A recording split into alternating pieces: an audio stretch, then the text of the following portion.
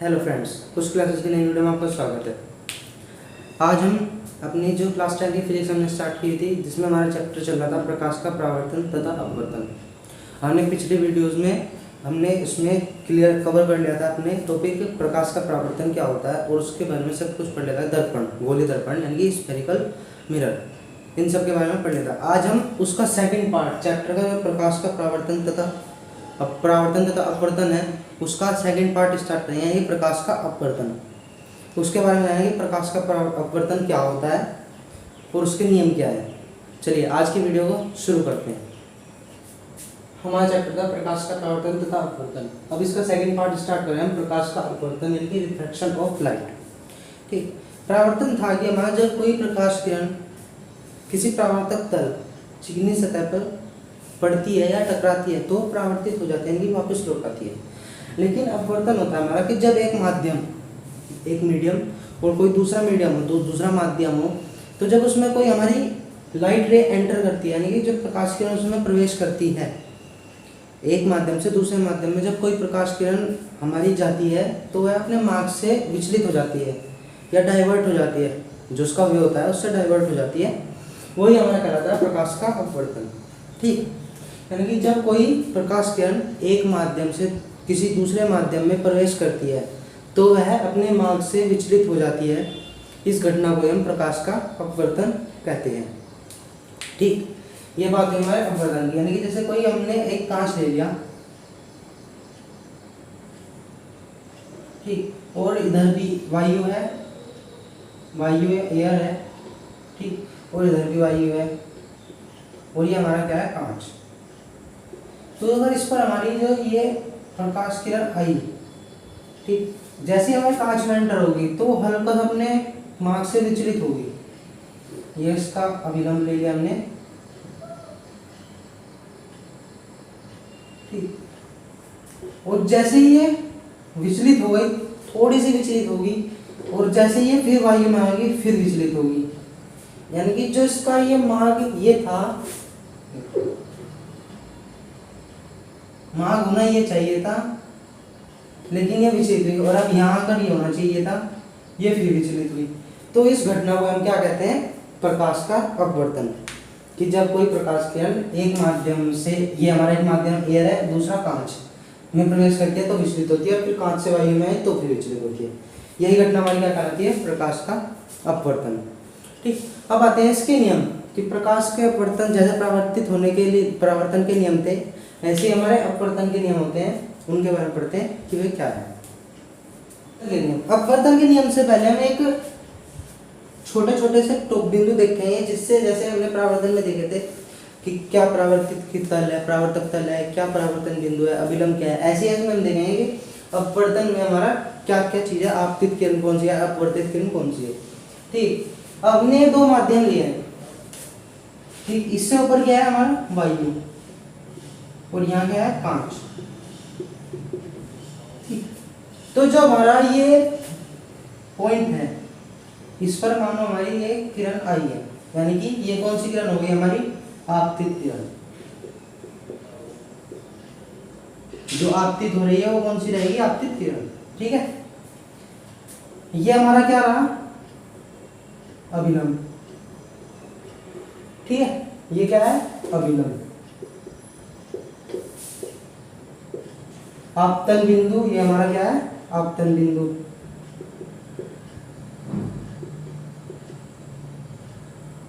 आपतन बिंदु ये हमारा है। ठीक है, तो आपतन बिंदु पर 90 डिग्री का ये अभिलंब हो गया। तो जो आप अभिलंब और आपतित किरण के बीच में कौन बनता है, ये आई, ये कौन सा होता है, आपतन कोण।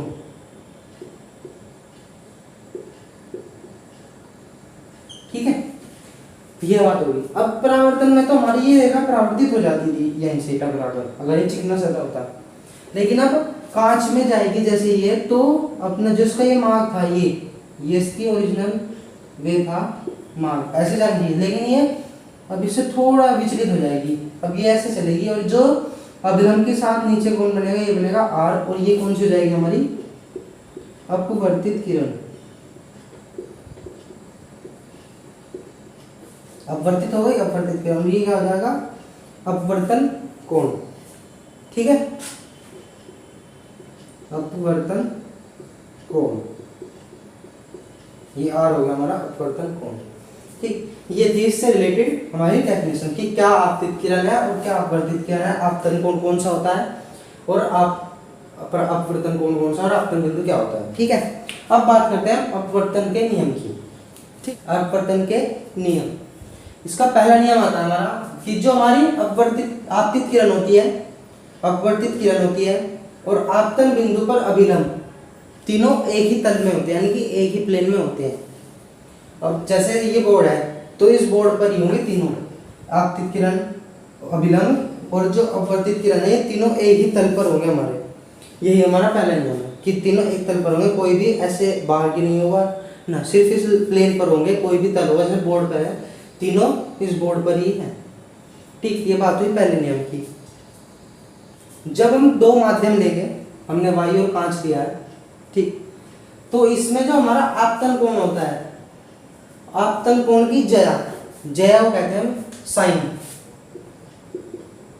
कोसाइन पढ़े, कोसाइन कोस टेन, तो इसमें जया को कहते हैं हम साइन, कोस जया को कहते हैं कोस। ठीक है, तो यानी कि आपतन कोण की जया यानी कि साइन आई तथा अपवर्तन कोण की जया साइन आर में एक निश्चित अनुपात होता है। ये कहता है हमारा दूसरा नियम। दूसरा नियम क्या कह रहा है कि आपतन कोण की जया तथा अपवर्तन कोण की जया में एक जो निश्चित अनुपात होता है, यानी कि अपॉन, इन्हें हमारा अनुपात निकाले तो एक कांस्टेंट आता है हमारा n। ठीक, जो ये n आता है, ये n आता है, ये हमारा कहलाता है पहले माध्यम के सापेक्ष दूसरे का अपवर्तनांक। ठीक, यानी कि जो कांच का अपवर्तनांक होता है वायु के सापेक्ष, ये हमारा इस रिलेशन से निकलता है n। ठीक, ये हमारा हुआ दूसरा नियम। इसे हम कहते हैं स्नेल का नियम। ये इससे भी आ जाएगा कि स्नेल का नियम बताओ। अपवर्तन का दूसरा नियम कहलाता है स्नेल का नियम। स्नेल का नियम ये है कि sine i upon sine r is equal to eta n या अपवर्तनांक। ठीक, ये बात हुई हमारे प्रकाश के अपवर्तन के नियम की। हमने दोनों नियम कवर कर लिए। ठीक, हमारे जो अपवर्तनांक की बात हुई कि अपवर्तनांक कितने तरह का होता है, उसके बारे में हम पढ़ते हैं। अब हम बात कर रहे हैं अपवर्तनांक के प्रकार। अपवर्तनांक के प्रकार में हमारे सबसे पहला आता है निरपेक्ष अपवर्तनांक। ठीक, निरपेक्ष अपवर्तनांक होता है हमारा कि जब कोई प्रकाश किरण, अभी तो हमने बात की थी कि वायु से कांच में, वही हमारा आता है कि जब कोई प्रकाश किरण वायु या निर्वात कह लो या वायु कह लो, ठीक है, वायु निर्वात से किसी एक माध्यम में प्रवेश करती है, कांच में जैसे प्रवेश किया, तो जो कांच का अपवर्तनांक आएगा वो हमारा कहलाएगा निरपेक्ष अपवर्तनांक या कांच का अपवर्तनांक। जब हम किसी भी पदार्थ का वायु के सापेक्ष या निर्वात के सापेक्ष अपवर्तनांक लेते हैं तो वह इसका स्वयं का अपवर्तनांक कहलाता है, उसे हम अपवर्तनांक कहते हैं, निरपेक्ष अपवर्तनांक कहते हैं। यानी कि वायु और निर्वात के सापेक्ष किसी भी पदार्थ का अपवर्तनांक निरपेक्ष अपवर्तनांक कहलाता है। ठीक, अब ये होता क्या है, तो n होता है हमारा निरपेक्ष अपवर्तनांक।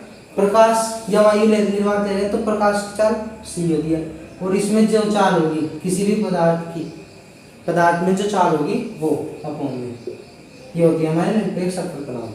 ठीक,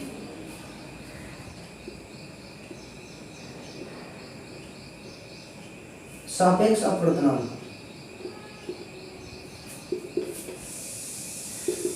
सापेक्ष अपवर्तनांक होता है हमारा एक निर्वात के, एक पदार्थ के सापेक्ष दूसरे पदार्थ का अपवर्तनांक।